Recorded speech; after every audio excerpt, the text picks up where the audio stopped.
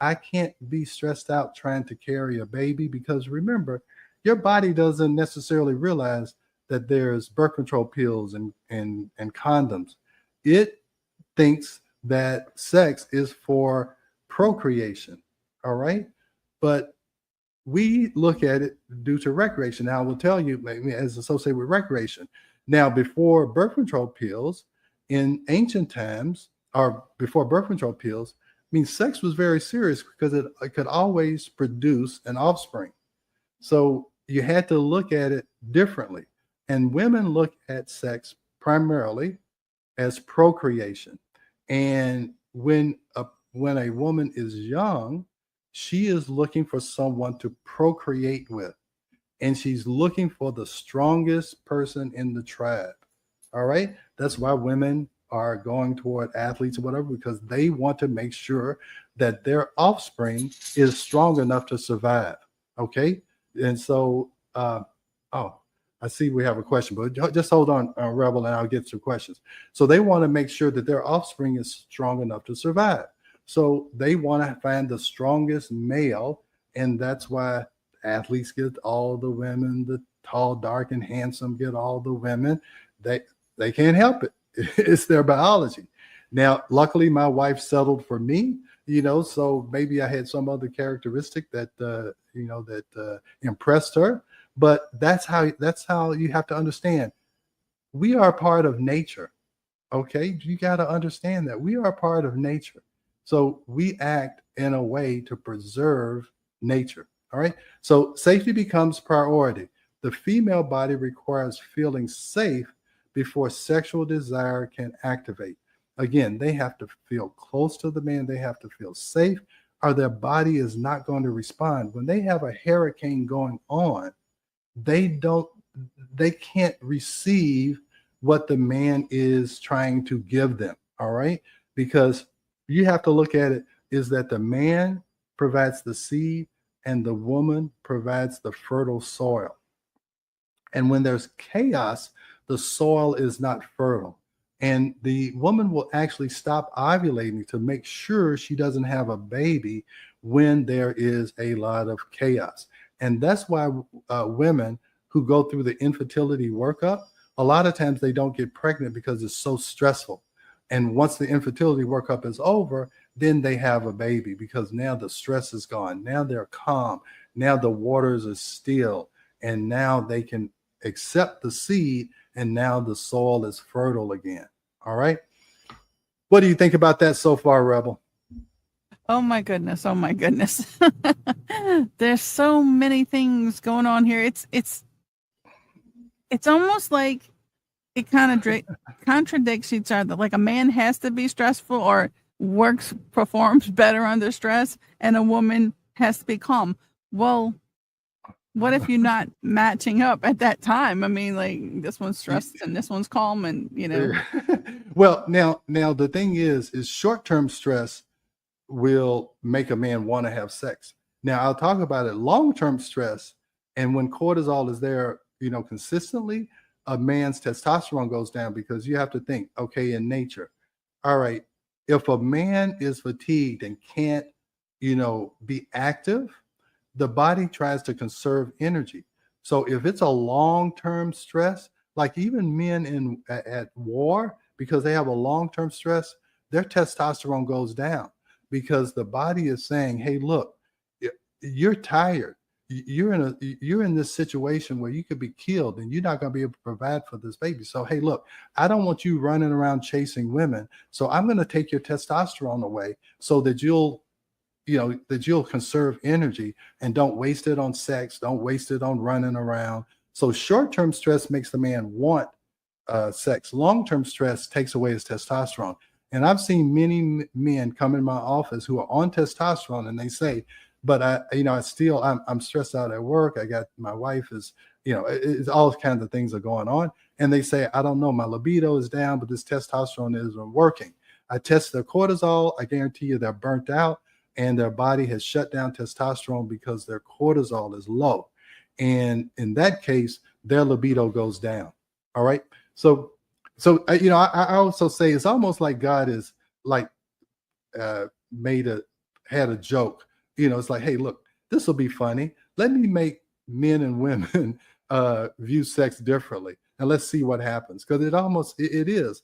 It's like, why are you making it different? Wouldn't it be great if both people saw sex as a stress reliever?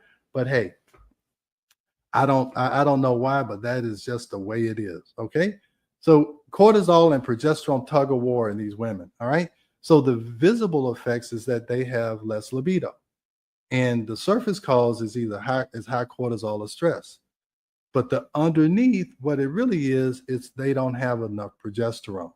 Okay. And then that causes the hormone imbalance that I'm always talking about. Now they're estrogen dominant, and now their nervous system is totally dysregulated. All right. So they're stressed.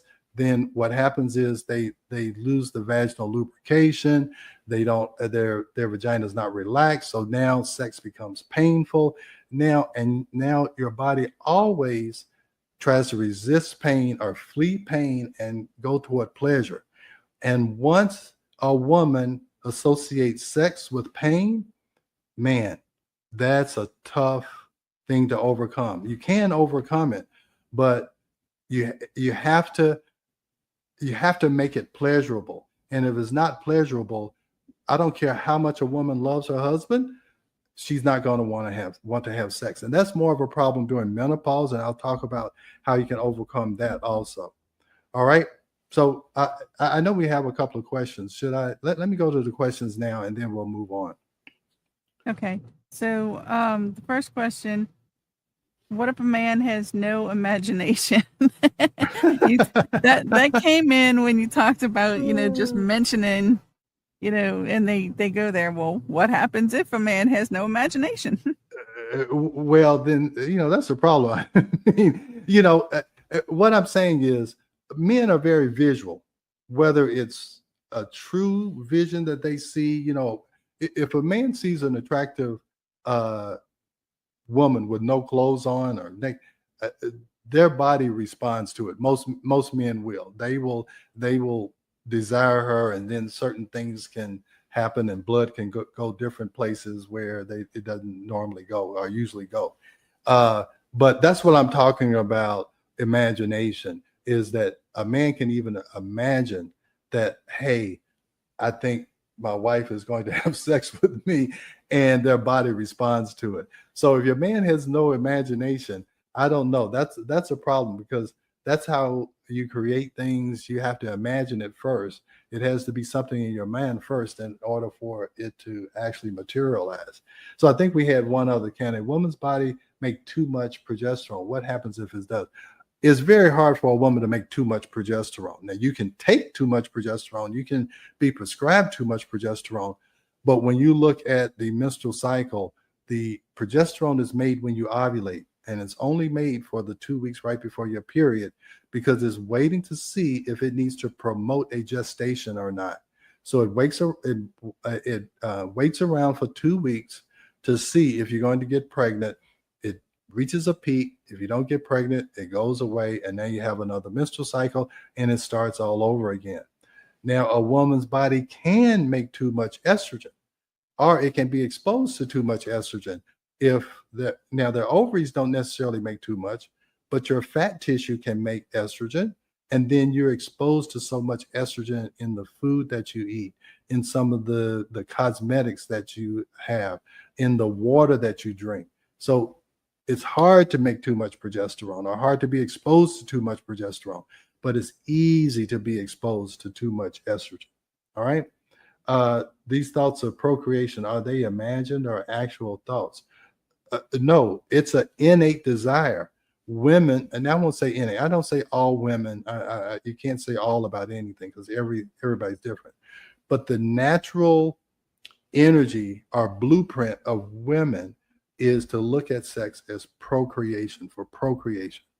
Men look at it as recreation. Okay. So that's the problem. All right. And so now here's the other issue. And men, you need to understand this. Once a woman procreates and has a child, nurturing that child becomes her number one priority, hands down. Sex falls down right above mopping the floor. That's how, and men, married men who have children, you can testify to this. Sex goes way down on the list. And some men get upset. They were like, oh, ever since we had this baby, my wife, she doesn't seem to be as interested in sex anymore. Well, join the club, homeboy. I've been married for 39 years, and I had to realize that when we had our first child. Now, when she's trying to procreate, hey, she may be Johnny on the spot. Hey, let's go. Once she has that baby, if she has true maternal instincts. Now, not every woman has overwhelming maternal instincts, but I'm just saying in general, once she has a child, nurturing is number one. And if that child is sick or that child needs anything, you are second fiddle. Just accept it, guys. Okay, the children come first. That's why if there's a problem, the woman says, hey, get out of here.